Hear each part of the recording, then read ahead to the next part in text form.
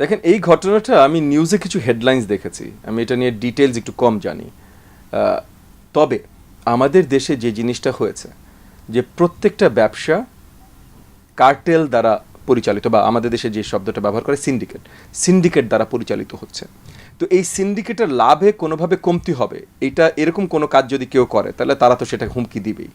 এবং একটু যদি যদি এই যে আপনি বলেন গোস্ত ব্যবসা খলিল সাহেব আপনার এই যে হুমকি পেয়েছে, একটু যদি ইনভেস্টিগেট করেন দেখবেন এই হুমকি যারা দিয়েছে তারা ছাত্রলীগ, যুবলীগ, স্বেচ্ছাসেবক লীগ, এই লীগ ওই লীগ, কোনো না কোনো লীগের নেতা ভাই, কোনো না কোনো লীগের নেতা।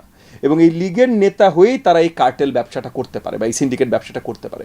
লীগের বাইরে যায় কেউ সিন্ডিকেট ব্যবসা করতে পারে না। সো যখন কমার্স মিনিস্টার বলে যে এই সিন্ডিকেট ভাঙা যাবে না, এই কারণে বলে না যে সিন্ডিকেটের সর্ট অফ সিন্ডিকেট আপনার পুরো মার্কেট